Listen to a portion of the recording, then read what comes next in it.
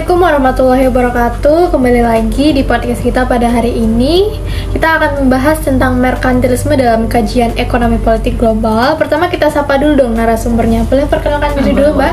Halo semuanya, kenalin nama aku Calista dari Prodi Hubungan Internasional. Oke, halo Mbak Calista. Hari ini kita akan bertanya tentang merkantilisme kepada Mbak Calista. Oke, sebelumnya apa sih merkantilisme itu, Mbak? Sesuai yang apa yang Mbak ketahui aja.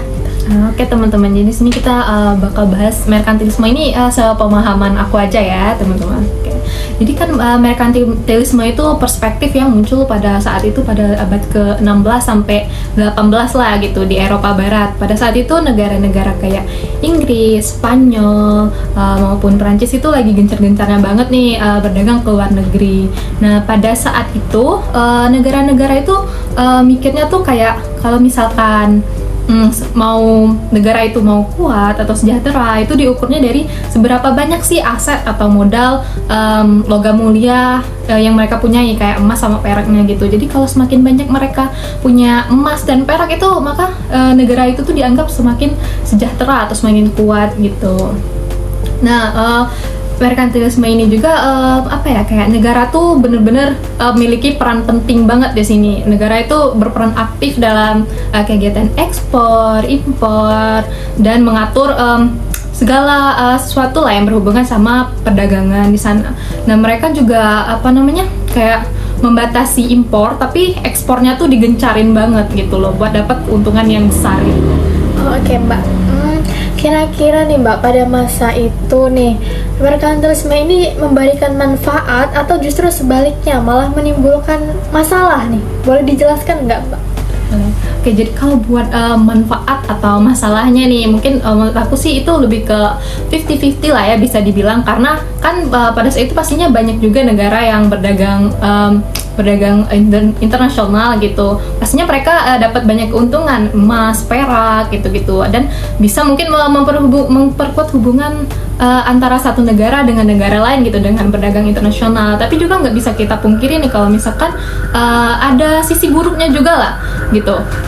Dari eksploitasi kolonial. Pada saat itu kan mereka tuh negara-negara di Eropa Barat itu kan pada mereka berdagang itu mereka tuh mendirikan wilayah-wilayah koloni kayak tentunya di Asia sama Afrika. Indonesia aja kena gitu kan sama Belanda gitu ya. Mana kayak sumber daya alam dan juga tenaga kerja kita tuh dikuras habis-habisan gitu, diambil secara paksa sama mereka. Bahkan kita nggak boleh berdagang sama negara lain selain negara penjajah ini.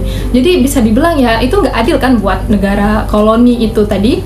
Jadi mungkin ya buat manfaat sama masalahnya gitu lah, mungkin seimbang lah ya bisa dibilang. Jadi di antara manfaat ada juga masalahnya ya Mbak ya. Itu kan di masa lalu nih, jadi buat relevansinya di masa sekarang ada nggak Mbak? Boleh dijabarkan? Mungkin buat kebijakannya nih, mungkin ada beberapa negara lah yang menerapkan kebijakannya kayak proteksionisme industri gitu. Mungkin bisa kita lihat contoh gampangnya aja nih yang kelihatan banget kayak perang dagang Amerika sama Cina gitu kan, dimana mereka tuh saling pengenaan tarif tinggi gitu satu sama lain, yang dimana ketika Amerika menerapkan kebijakan itu ke China pun membalas dan begitu sebaliknya terus-terusan.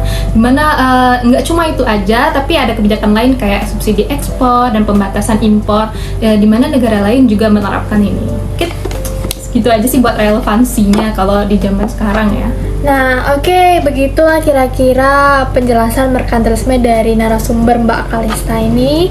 Semoga dapat dimengerti dan dipahami. Kurang lebihnya mohon maaf. Kami akhiri. Wassalamualaikum warahmatullahi wabarakatuh. Bye-bye.